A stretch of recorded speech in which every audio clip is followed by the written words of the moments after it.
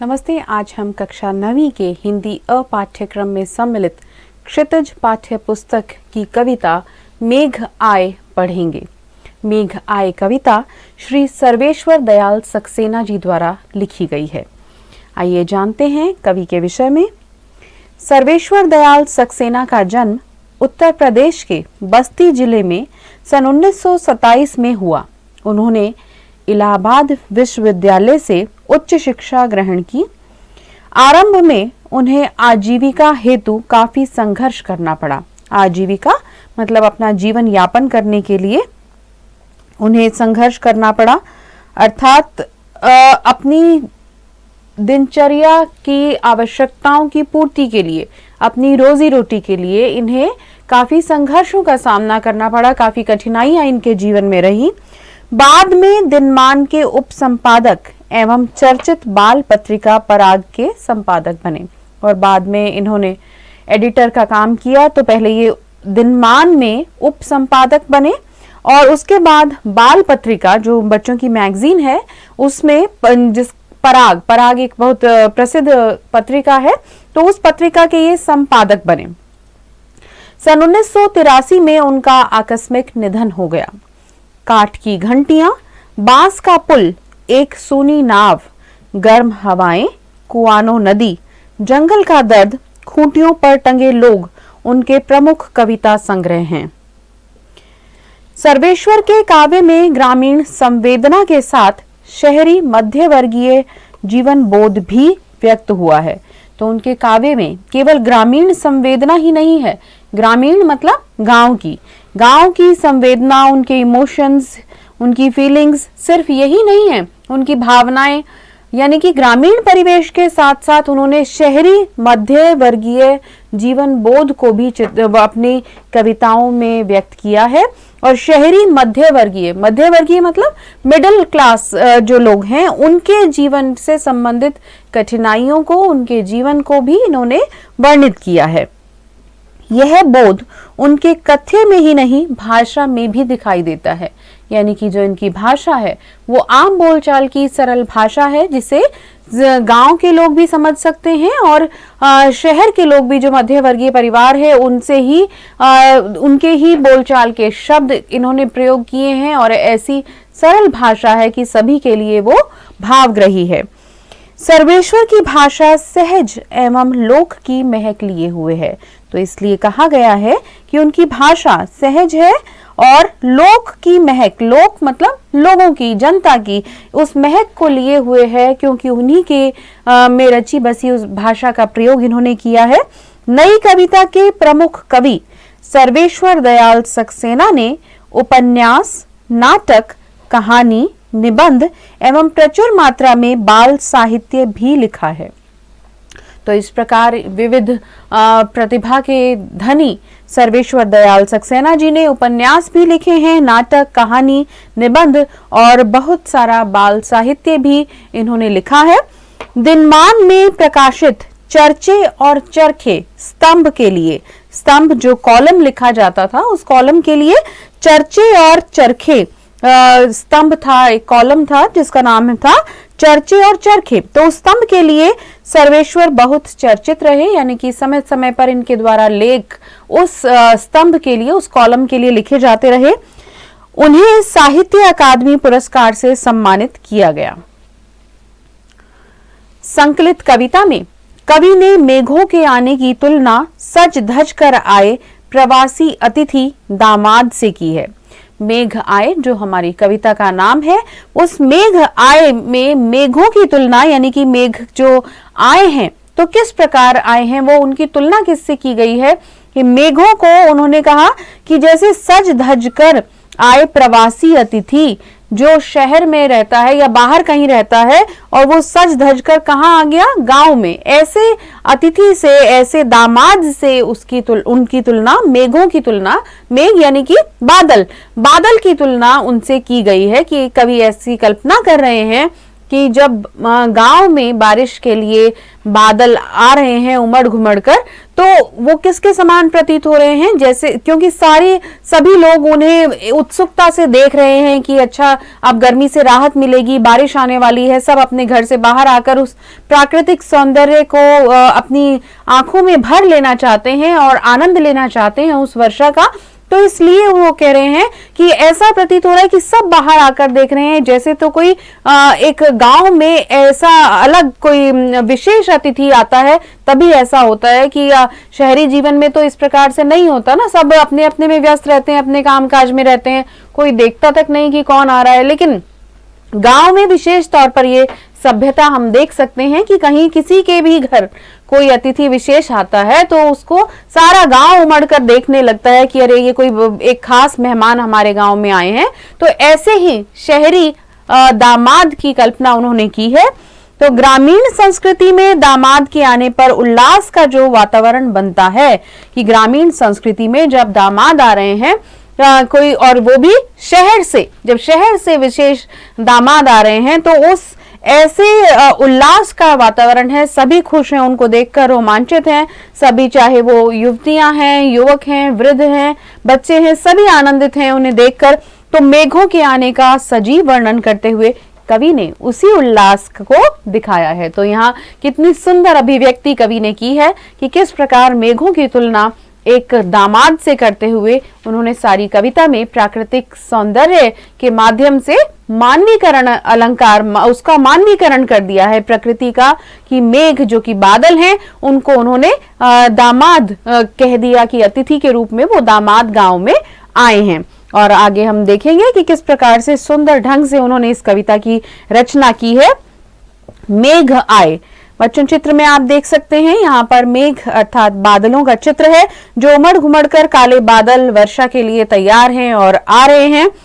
तो कवि लिखते हैं, मेघ आए बड़े बन ठन के संवर के, कि बन ठन के संवर के, बन ठन के मतलब तैयार होके, संवर के अच्छी वेशभूषा धारण करके संवरते हैं। हमें कहीं भी जाना होता है तो हम विशेष रूप से तैयार होकर जाते हैं, खासकर किसी विशेष अवसर पर या किसी विशेष अतिथि के आतिथ्य हमें प्राप्त होने वाला है, हम किसी ऐसे व्यक्ति के घर जा रहे हैं तो विशेष रूप से तैयार होते हैं। और यहाँ पर कवि जब मेघों को दामाद के रूप में बता रहे हैं तो वो मेघ के कैसे तैयार होकर आए हैं, भाई ससुराल जाने के लिए जरा जच कर तैयार होकर आए हैं, तो इसलिए वो कहते हैं मेघ आए बड़े बन ठन के संवर के, बड़े बन ठन के सज धज के बादल आ गए हैं।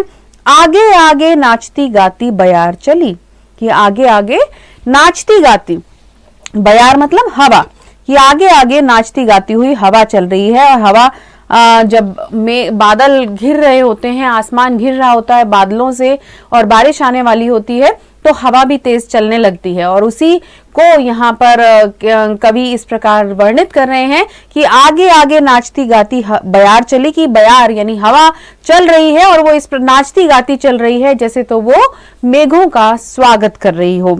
दरवाजे खिड़कियां खुलने लगी गली गली, अब बारिश जब आने वाली है, बादल आ रहे हैं, उनकी आवाज सुनाई दे रही है वातावरण में, तो सभी दरवाजे खिड़कियां खोलकर उन बादलों का स्वागत करने के लिए, उन्हें देखने के लिए आतुर हैं सभी ग्रामवासी, सभी गांव के लोग।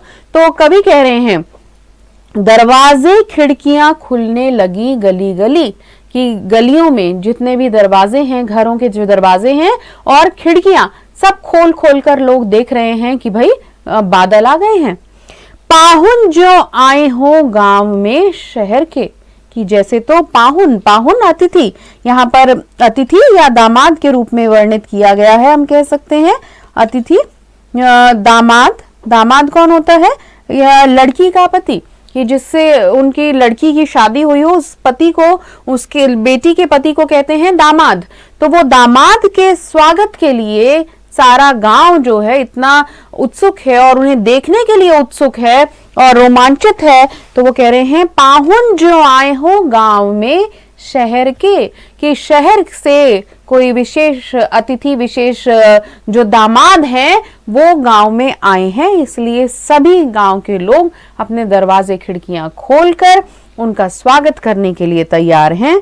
मेघ आए बड़े बन ठन के संवर के, कि मेघ जो हैं बादल बड़े बन ठन के, बड़े तैयार होकर सज धज के गांव में आ गए हैं। Now subscribe to Bright Duty course at ₹1 per day only. Download Bright Duty app from Play Store and get the online courses prepared by competent and experienced teachers for different education boards of classes 6 to 10. Bright Duty courses are available for the subjects of Math, Science, Social Science, English and Hindi in English and Hindi medium. Bright Duty follows 3-step approach, that is learning, assessment and exam preparation. In learning, topic-wise video lectures with explanation of concepts and discussion of textbook examples and questions are available with the solutions. In assessment, topic-wise online MCQ test, practice assignments and chapter-wise question bank are available with the solutions. In exam preparation, previous year's question papers, sample papers and model test papers are available with the solutions. Sign up today on Bright Tutor and avail your courses at affordable prices. बच्चों, भावार्थ जानते हैं। प्रसंग के तो आप समझ ही चुके हैं कि ये प्रस्तुत पंक्तियां हमारी पाठ्य पुस्तक क्षितिज के पाठ की कविता मेघ आए से ली गई हैं, जो श्री सर्वेश्वर दयाल सक्सेना जी द्वारा लिखी गई है। और भावार्थ है, कवि ने मेघों को सजे संवर कर आए दामाद की भांति दर्शाया है, कि सज संवर कर आए दामाद की तरह से उन्हें दर्शाया है। मेघों के आने से आगे आगे नाचती गाती हवा चल रही है। मनोरम मेघों को देखने के लिए गली गली में दरवाजे खिड़कियां खुलने लगी हैं, मानो शहर से कोई अतिथि सज संवर कर गांव में आया हो। भाव यह है कि वर्षा ऋतु आ गई है। अब ये तो बात हो गई कि जो पंक्तियां हैं उसके आधार पर शाब्दिक अर्थ ये है, लेकिन इसके माध्यम से कवि कहना क्या चाहते हैं कि भाव यह है कि वर्षा ऋतु आ गई है, आकाश में बादल छा गए हैं, हवा भी मस्ती भरी चलने लगी है। लोगों को अपने घर के दरवाजे और खिड़कियां खोल दिए गए हैं। लोगों ने अपने घर के दरवाजे और खिड़कियां खोल दिए हैं और सब बादलों के बरसने की इच्छा व्यक्त करते हैं, क्योंकि सब भीषण गर्मी से परेशान हैं और बादलों को देखकर सभी इस बात की इच्छा रख रहे हैं अपने मन में कि अब वर्षा हो जाएगी, क्योंकि बादल आ गए हैं। इन्हीं पंक्तियों का काव्य सौंदर्य देखिए, जिसके अंतर्गत शिल्प सौंदर्य है। प्रकृति का मानवीकरण किया गया है। मानवीकरण आप समझ चुके हैं बच्चों। मानवीकरण अलंकार क्या होता है? जब प्रकृति को मानव के समान दर्शाया जाता है, उसको मानव जैसी क्रियाएं उसके द्वारा करवाई जाती हैं, तो मानवीकरण अलंकार होता है। इसलिए यहाँ मानवीकरण अलंकार है। अनुप्रास अलंकार बड़े बंठन, यहाँ पर आप देख रहे हैं ब की आवृत्ति है, तो इसलिए यहाँ पर अनुप्रास अलंकार है। न की आवृत्ति भी हम कह सकते हैं बंठन में। पुनरुक्ति प्रकाश अलंकार आगे आगे और गली गली, जहां शब्दों की आवृत्ति हो रही है। उत्प्रेक्षा अलंकार पाहुन जो आए हो गांव में शहर के। बच्चों, उत्प्रेक्षा की पहचान है ज्यों शब्द। ज्यों शब्द जहां भी आपको दिखाई देगा, इसका मतलब वहां उत्प्रेक्षा अलंकार है। मानो, मनहु, जानो, जनहु, इस प्रकार के शब्द जहां हो, वो उत्प्रेक्षा अलंकार की पहचान के लिए आप याद रख सकते हैं। फिर है चित्रात्मक तथा प्रवाहपूर्ण भाषा है। चित्रात्मक भाषा है क्योंकि इन पंक्तियों को पढ़ने मात्र से ही हमें ऐसा लगने लगता है कि एक चित्र सा उभर रहा है, बादल आ गए हैं और वर्षा आगे हवा चल रही है और सभी पुरुष स्त्री दरवाजे खिड़कियां खोलकर सभी उस हवा का, उस बारिश के लाए हुए बादलों का इंतजार कर रहे हैं कि वर्षा हो जाए। तो इस प्रकार एक चित्र सा उभरता है। वर्णन में नवीनता तथा ताजगी है, तो ये भी एक बात है इसके शिल्प सौंदर्य को बढ़ाने वाली। फिर है भाव सौंदर्य। वर्षा ऋतु के आगमन का मनोरम और काल्पनिक चित्रण हुआ है। मेघ को शहरी दामाद के रूप में, हवा को प्रिया के रूप में तथा दरवाजे खिड़कियों को उत्साहित जन समुदाय के रूप में दिखाया गया है कि जैसे तो वर्षा का आगमन होने वाला है, तो वो मनोरम और काल्पनिक चित्रण हुआ है। काल्पनिक क्यों है? क्योंकि कवि कल्पना कर रहे हैं कि मेघ जो हैं वो दामाद के रूप में आ गए हैं और आगे जो हवा चल रही है वो उनकी प्रेमिका के रूप में है, प्रिया के रूप में है। दरवाजे खिड़कियां खुल रहे हैं तो इसका मतलब लोग उत्साहित होकर गांव वासी देखना चाह रहे हैं बादलों को। इस प्रकार से ये भाव कवि ने व्यक्त किए हैं। अगली पंक्तियां देखें। पेड़ झुक झांकने लगे गर्दन उचकाए। पेड़ जो है वो झुक गए हैं। किस लिए झुक गए हैं? जब बारिश होने वाली स्थिति है, हवा तेज चल रही है, उससे भी पेड़ झुकते हैं, हवा के झोंकों से, तेज बहाव से हवा के। और लेकिन यहाँ किस लिए झुक गए हैं? अतिथियों के सम्मान में, दामाद जो आ रहे हैं उनके सम्मान में जो एक यहाँ पर पेड़ों के लिए कहा जा रहा है कि वो जैसे गांव के लोग हैं। तो पेड़ झुक झांकने लगे गर्दन उचकाए। पेड़ झुक गए हैं और झांक रहे हैं, जैसे हवा के तेज बहाव से पेड़ ऐसे हिलते हैं और एक तरफ को झुक जाते हैं। तो पेड़ झुक झांकने लगे गर्दन उचकाए और वो उचक कर देखना चाह रहे हैं कि जो मेहमान आए हैं हमारे, हम उन्हें देख लें। आंधी चली धूल भागी घाघरा उठाए। आंधी चल रही है, आप देख रहे हैं चित्र में भी दिखाया गया है। आंधी चली और धूल भागी। धूल जब उड़ती है, मिट्टी उड़ती है जब हवा के साथ, उसको कहते हैं धूल। तो धूल जो उड़ रही है वो, उसको कवि ने क्या कल्पना की है उसकी, कि घाघरा उठाए। घाघरा क्या होता है? घाघरा एक पारंपरिक पोशाक है जो स्त्रियां पहनती हैं, लड़कियां पहनती हैं। घाघरा, लहंगा भी आप समझ सकते हैं कि जिस तरह से लहंगा होता है। तो उस घाघरे को उन्होंने क्या कल्पना की? आंधी चली और धूल भागी घाघरा उठाए। धूल जो है वो घाघरा उठाकर, अपना लहंगा उठाकर भाग रही है। तो धूल को यहाँ ऐसे गांव की लड़की के रूप में उन्होंने व्यक्त किया है जिसने घाघरा पहन रखा हो। और वो घाघरा उठाकर क्यों भाग रही है? क्योंकि कहीं उसके पैरों के नीचे आकर घाघरे में वो फंस कर गिर ना जाए, इसलिए वो उठाकर भाग रही है उस घाघरे को। लेकिन और कैसे कल्पना की है उन्होंने? क्योंकि हवा जब आपने देखा हो, जब तेज आंधी चलती है तो ऐसा लगता है कि वो गोल गोल घूम रही है। वो धूल के कण जो हैं, हम जब देखेंगे वातावरण में तो वो गोल गोल घूमते हुए लगेंगे, जैसा कि आप चित्र में भी देख रहे हैं कि गोल गोल सा बना हुआ लगता है। तो उसकी कल्पना कवि ने इस प्रकार से की है कि धूल भागी घाघरा उठाए, कि वो गोल गोल भाग रही है। आंधी जो धूल जो बन रही है वो अपना घाघरा उठाकर भाग रही है। बाकी चितवन उठा नदी ठिठकी घूंघट सरके। बाकी चितवन उठा नदी ठिठकी। बाकी मतलब तिरछी नजर के लिए कह देते हैं। बाकी चितवन पैनी नजर या तीखी नजर या तिरछी नजर के लिए।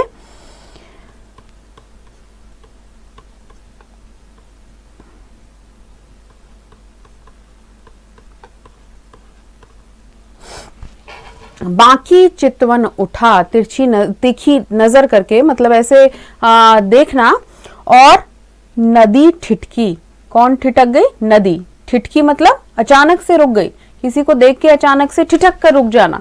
तो वो नदी ठिठकी, नदी रुक गई है। किसको देखने के लिए? अपने मेहमानों को देखने के लिए, अपने अतिथि को देखने के लिए, दामाद को देखने के लिए।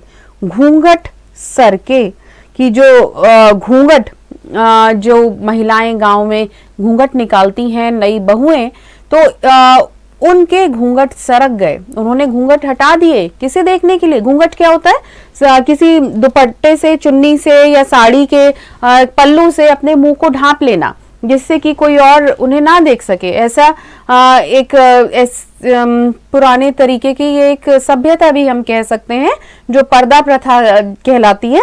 तो उसको उन्होंने सरका दिया। क्यों?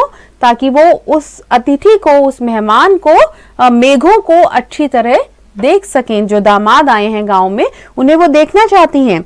इसलिए कहा गया बाकी चितवन उठा नदी ठिठकी घूंघट सरके, कि नदी जो है वो एक युवती के रूप में है, वो एकदम देखकर ठिठक गई है उन्हें देखकर, और घूंघट सरका दिए हैं जो बहुएं हैं उन्होंने मेघों को देखने के लिए।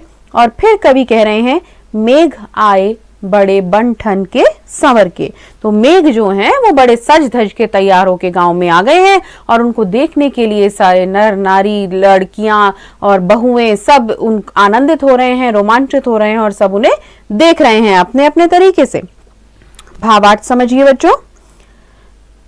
पेड़ उचक उचक कर झांकने लगे, धूल ऐसे भाग रही है मानो कोई ग्रामीण बाला, बाला मतलब लड़की, बच्ची, उत्साह से घाघरा उठाए भागी जा रही हो। कि जैसे कोई उठा, छोटे बच्ची लड़कियां जो होती हैं घाघरा अगर पहना हो, लहंगा पहना हो तो उसको ऊंचा पकड़ लेती हैं ऐसे और फिर भागती हैं तो पैरों में उलझ के ना गिर जाए।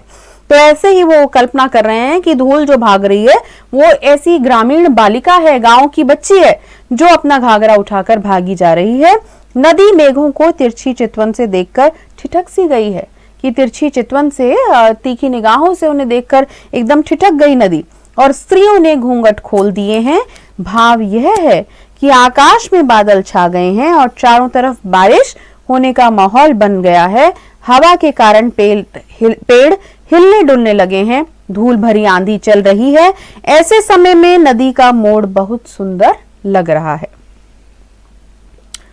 इन्हीं पंक्तियों का शिल्प सौंदर्य और भाव सौंदर्य जानिए काव्य सौंदर्य के अंतर्गत। तो शिल्प सौंदर्य है चित्रात्मक शैली, प्रवाहपूर्ण और प्रभावशाली भाषा, अनुप्रास अलंकार, झुक झांकने और बड़े बंठन में। फिर मानवीकरण अलंकार, क्योंकि पेड़ों का झांकना, धूल का घाघरा उठाकर भागना, नदी का ठिठकना, मेघों का सज संवर कर आना, ये सभी मानवीकरण अलंकार की पहचान कराते हैं। फिर है भाव सौंदर्य, पेड़ों का मेघों के स्वागत में झुक जाना, स्वागत करने वाली कन्या के रूप में आंधी का चित्रण जो उत्साह के साथ अपना घाघरा उठाए भाग रही है। Now, subscribe to Bright Duty course at ₹1 per day only. Download Bright Duty app from Play Store and get the online courses prepared by competent and experienced teachers for different education boards of classes 6 to 10. Bright Duty courses are available for the subjects of Math, Science, Social Science, English and Hindi in English and Hindi medium. Bright Duty follows 3-step approach, that is learning, assessment and exam preparation. In learning, topic-wise video lectures with explanation of concepts and discussion of textbook examples and questions are available with the solutions. In assessment, topic-wise online MCQ test, practice assignments and chapter-wise question bank are available with the solutions. In exam preparation, previous year's question papers, sample papers and model test papers are available with the solutions. Sign up today on Bright Tutor and avail your courses at affordable prices. अगली पंक्तियां देखिए। फिर है बूढ़े people ने आगे बढ़कर जुहार की। जुहार करना क्या होता है? उनके झुककर नमस्ते करना, स्वागत करने के लिए। तो बूढ़े पीपल ने, पीपल के पेड़ के लिए बात की जा रही है कि वो पुराना है इसलिए कहा गया बूढ़ा। उसे बूढ़े पीपल ने आगे बढ़कर जुहार की। जब विशेष अतिथि दामाद आए हैं गांव में और वो तो जो परिवार के सभी सदस्य हैं वो उनके स्वागत में खड़े हैं और सबसे आगे बढ़कर जो परिवार के मुखिया हैं, हेड हैं, वो स्वागत करने के लिए आगे आगे, जो कि किसके लिए कहा गया? बूढ़े पीपल के लिए। पीपल जो कि वृद्ध है, बूढ़ा है। बूढ़े पीपल ने आगे बढ़कर जुहार की। तो बूढ़ा पीपल आगे आया और उसने उनका स्वागत किया, झुककर उनको नमस्ते की। बरस बाद सुधी लीन्ही, अब बोली अकुलाई लता ओट हो किवार की। तो अकुलाई लता, लता मतलब टहनी। तो उस टहनी को, जो लता है उस टहनी को उन्होंने, अकुलाई मतलब व्याकुल, उसने ये पंक्ति कही है। तो व्याकुल जो टहनी है, लता है, उस टहनी ने ये पंक्ति कही है, बरस बाद सुधी लीनी। और कहां से कही है? ओट हो किवार की। किवार मतलब दरवाजा। तो दरवाजे की ओट यानी कि उसके पीछे छिपकर, वो छिपकर इस बात को कह रही है, दरवाजे की ओट में छिपकर लता यानी अकुलाई लता जो व्याकुल है टहनी, किससे मिलने के लिए? मेघ से मिलने के लिए। तो उसको प्रेमिका के रूप में दर्शाया है उन्होंने, प्रेयसी के रूप में, उसकी पत्नी के रूप में दर्शाया है यहाँ, कि अपने दामाद के लिए का इंतजार, अपने पति का इंतजार कर रही है वो। तो उस हिसाब से जब दामाद आया और बूढ़े पीपल ने उसका स्वागत किया, झुककर नमस्ते की, तब अकुलाई लता जो टहनी है वो पेड़ के पीछे से छिपकर बोल रही है। उसको लोग उस समय की जो सभ्यता है, ऐसे पुरानी कविता है और इतना एक तरीके से उन्होंने उस संस्कृति को भी यहाँ पर उजागर किया है कि किस प्रकार वो लड़की जो है उस अपने पति के आने पर एकदम सामने नहीं जा रही, बल्कि अपने मनोभावों को छिपकर वो व्यक्त कर रही है और कह रही है बरस बाद सुधी लीन्ही, कि इतने 1 वर्ष के बाद तुम आ रहे हो। तो ये पंक्ति दोनों मनोभावों को व्यक्त कर रही है। एक तो बारिश के मौसम का 1 साल बाद आना, और दूसरा लता के व्याकुल होने का वर्णन यहाँ किया गया है। बोली अकुलाई लता ओट हो किवार की दरवाजे की ओट में छिपकर वो लता बोल रही है, बरस बाद सुधी लीनी, हर्षाया ताल लाया पानी परात भर के। कि ताल मतलब तालाब, हर्षाया मतलब हर्षाया खुश हो गया, प्रसन्न हो गया, हर्षित हुआ। हर्षाया ताल लाया पानी परात भर के, कि परात भर के, परात क्या होती है? बड़ी थाली जिसमें आटा गूंथते हैं, तो उसको परात बोलते हैं। बड़ी होती है और साइड में किनारे भी होते हैं। तो जब किसी अतिथि का स्वागत करना होता है तो ये भी एक भारतीय परंपरा है, एक तरीका है ऐसा कि पानी परात लेकर आते हैं और उस पानी में रखकर उनके पैरों को साफ करते हैं। तो ये इस परंपरा को भी यहाँ कवि ने इन पंक्तियों के माध्यम से प्रदर्शित किया है कि परात में पानी लेकर आए, किस लिए? ताकि वो उनका स्वागत कर सके। और यहाँ पर वास्तविकता रूप से अगर हम समझें तो क्या है कि हर्षाया तालाब जिसमें पानी होता है, तो वो पानी से भर गया, वर्षा के आने से वो पानी से भर गया है, इसलिए उसको इस रूप में भी यहाँ व्यक्त किया गया है। हर्षाया ताल लाया पानी परात भर के, कि वो परात भर के पानी लेकर आया। मेघ आए बड़े बंठन के संवर के, कि बड़े बंठन के सज संवर के तैयार होके अच्छे कपड़े पहनकर, अच्छी वेशभूषा पहनकर बादल आ गए हैं। भावार्थ समझिए। पीपल के बूढ़े पेड़ ने झुककर बादलों का स्वागत किया। ठीक उसी प्रकार गांव में मेहमान के आने पर बड़े बूढ़े उनके स्वागत में झुक जाते हैं। और गर्मी से व्याकुल लता पेड़ के पीछे छिप गई और उलाहना भी दिया कि वे वर्षों बाद क्यों आए हैं। गांव का तालाब मेघ के आने की खुशी में आनंद मग्न होकर पानी की परात भरकर लाया। भाव सौंदर्य जानिए। वर्षा ऋतु में आकाश में बादलों के छा जाने पर जो प्राकृतिक सौंदर्य उत्पन्न होता है, उसी का सजीव चित्रण यहाँ किया गया है। अगली पंक्तियां हैं। क्षितिज अटारी गहराई दामिनी दम की। क्षितिज क्या होता है बच्चों? क्षितिज वह स्थान है जहां पर हमें धरती और आकाश मिलते हुए से लगते हैं। अगर हम दूर तक देखें तो हमें ऐसा लगने लगता है कि यहाँ पर आकाश समाप्त हो गया और यहाँ पर नीचे से अगर हम देखें तो हमें लगता है कि ये जमीन का आखिरी हिस्सा है, यहाँ ये खत्म हो गया और ये आसमान यहाँ से शुरू हो रहा है। तो वास्तविकता तो ऐसी नहीं है। जैसे आप चित्र में भी देख सकते हैं, तो हम अगर दूर से देख रहे हैं तो ऐसे लग रहा है कि ये जमीन है, ये यहाँ पर इसका अंत है और यहाँ पर से जो है वो आसमान शुरू हो रहा है। तो इस ऐसे स्थान को क्षितिज कहते हैं। तो क्षितिज अटारी गहराई दामिनी दम की। अटारी क्या है? अटारी मतलब पक्की या बहुमंजिला जो इमारत होती है उसके लिए कहा जाता है पक्की तथा बहुमंजिला। बहुमंजिला मतलब मल्टी स्टोरीड, जिसमें बहुत सारी मंजिल हैं। बहुमंजिला इमारत या महल भी हम कह सकते हैं।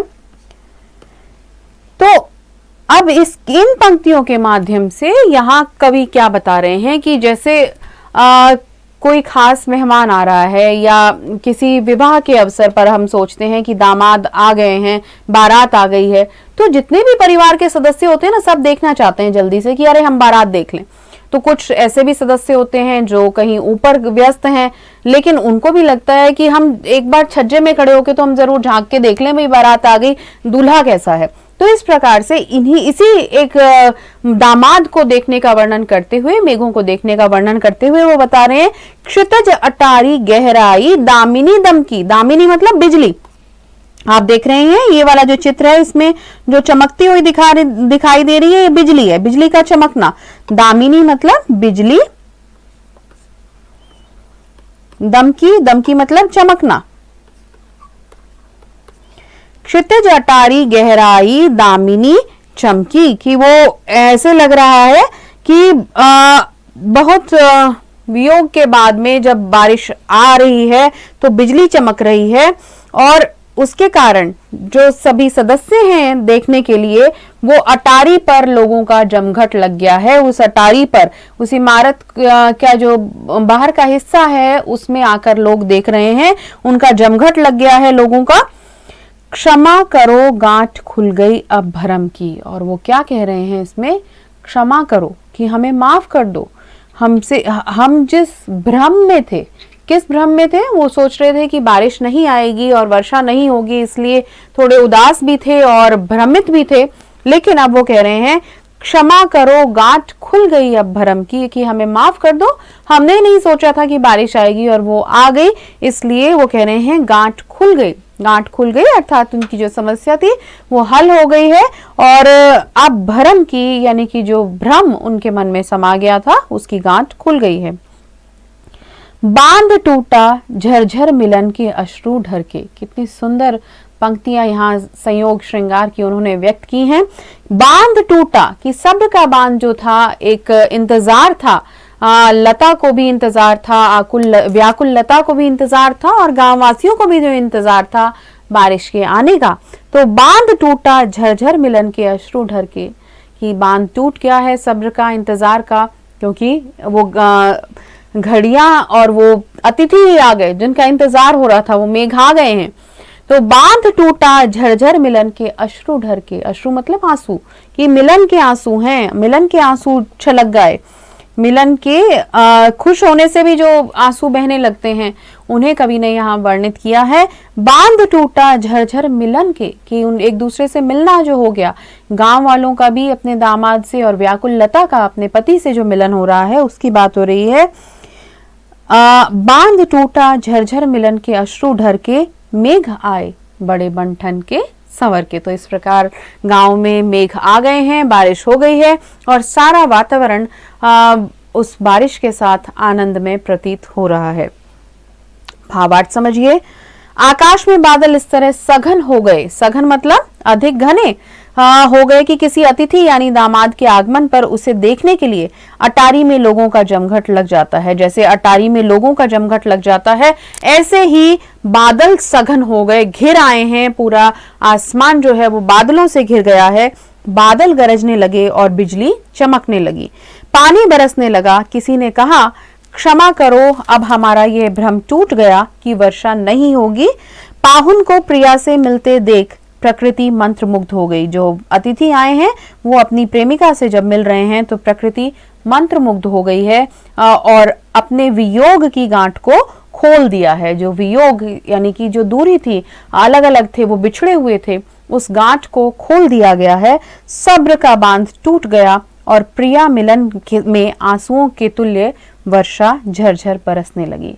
और कवि ने यहाँ पर आंसुओं को बताया है बारिश की बूंदों के समान की झरझर वर्षा बरसने लगी है। बारिश जो हो रही है उन्हें मिलन के अश्रु के रूप में वर्णित किया है। शिल्प सौंदर्य जानिए। मानवीकरण अलंकार मेघ आए बड़े बंठन के संवर के। पुनरुक्ति प्रकाश अलंकार झरझर के माध्यम से। फिर बांध टूटा के दो अर्थ पानी के तेज बहाव के कारण बांध या रुकावट टूट गए और आंसू बरस पड़े। चित्रात्मक शैली है। अब जानते हैं कविता का प्रतिपाद्य। मेघ आए कविता में कवि सर्वेश्वर दयाल सक्सेना ने प्रकृति का अद्भुत वर्णन किया है। मानवीकरण के माध्यम से हम देखेंगे कि सारी कविता में मानवीकरण अलंकार का प्रयोग किया है कवि ने, क्योंकि प्रकृति को ही उन्होंने मनुष्य का रूप प्रदान कर दिया। मानवीकरण के माध्यम से कवि ने कविता को चित्ताकर्षक बना दिया है। चित्ताकर्षक, चित्त को आकर्षित करने वाली, मन को आकर्षित करने वाली। कवि ने बादलों को मेहमान के समान बताया है। पूरे साल भर के इंतजार के बाद जब बादल आए, ग्रामीण लोग बादलों का स्वागत उसी प्रकार करने लगे जिस प्रकार कोई अपने दामाद का स्वागत करता है। किसी ने स्वागत किया तो किसी ने उलाहना भी दिया, या कुलाई लता ने जो उलाहना दिया, बरस बाद सुधिलिनी, तो वो उलाहना भी दे रही है। बादलों के स्वागत में सारी प्रकृति ही उपस्थित हो गई। बादल मेहमान अर्थात दामाद की तरह बन ठन कर तथा सज संवर कर आए हैं। हवा भी चंचल बालिका की तरह नाच गाकर उनका स्वागत कर रही है। मेघों को देखने के लिए हर आदमी उतावला हो रहा है, इसीलिए सबने अपने अपने घरों के दरवाजे तथा खिड़कियां खोल दिए हैं और बादलों को देख रहे हैं। आंधी चली और धूल इधर उधर भागने लगी। तो धूल का भागना ऐसा लगा मानो कोई गांव की लड़की अपना घाघरा उठाकर घर की तरफ भाग चली हो। गांव की नदी भी एक प्रेमिका की तरह अपने मेहमान मेघों को देखकर ठिठक गई तथा उन्हें तिरछी नजर से देखने लगी। गांव की सुंदरियों ने अपना घूंघट उठाकर बने ठने सजे सवरे मेहमानों के समान बादलों को देखा। बादल रूपी मेहमानों के आने पर पीपल ने गांव के एक बड़े बुजुर्ग की तरह झुककर उनका स्वागत किया। साल भर की गर्मी सहकर मुरझाई लताएं ऐसे दरवाजे के पीछे चिपकी खड़ी थी जैसे कोई नायिका दरवाजे के पीछे खड़े होकर अपने आने वाले को उलाहना दे रही हो कि पूरा साल बिताकर अब आए हो। अभी तक याद नहीं आई कि मैं मरी जा रही थी। मरिया जी की यानी कि मेरा हालचाल तक नहीं पूछा आपने, इस प्रकार वो उलाहना दे रही है। तालाब भी पानी से लबालब भरा हुआ ऐसा लहरा रहा है कि मानो वह बादलों के स्वागत के लिए परात में पानी भरकर लाया हो। चारों ओर बादल गरजने लगे, बिजली चमकने लगी और झरझर पानी बरसने लगा। कोई कहने लगा कि मुझे क्षमा कर दो, वर्षा होगी कि नहीं यह मेरा भ्रम टूट गया है। अब मुझे विश्वास हो गया है कि वर्षा अवश्य होगी। तो मेघ रूपी मेहमान को लता रूपी अपनी प्रिया से मिलते देखकर सारी प्रकृति खुश हो गई। सभी खुश हुए और वर्षा रूपी खुशी के आंसू बहने लगे। इस प्रकार आपने कविता का प्रतिपाद्य जाना। Now subscribe to Bright Duty course at ₹1 per day only. Download Bright Duty app from Play Store and get the online courses prepared by competent and experienced teachers for different education boards of classes 6 to 10. Bright Duty courses are available for the subjects of Math, Science, Social Science, English and Hindi in English and Hindi medium. Bright Duty follows 3-step approach, that is learning, assessment and exam preparation. In learning, topic-wise video lectures with explanation of concepts and discussion of textbook examples and questions are available with the solutions. In assessment, topic-wise online MCQ test, practice assignments and chapter-wise question bank are available with the solutions. In exam preparation, previous year's question papers, sample papers and model test papers are available with the solutions. Sign up today on Bright Tutor and avail your courses at affordable prices.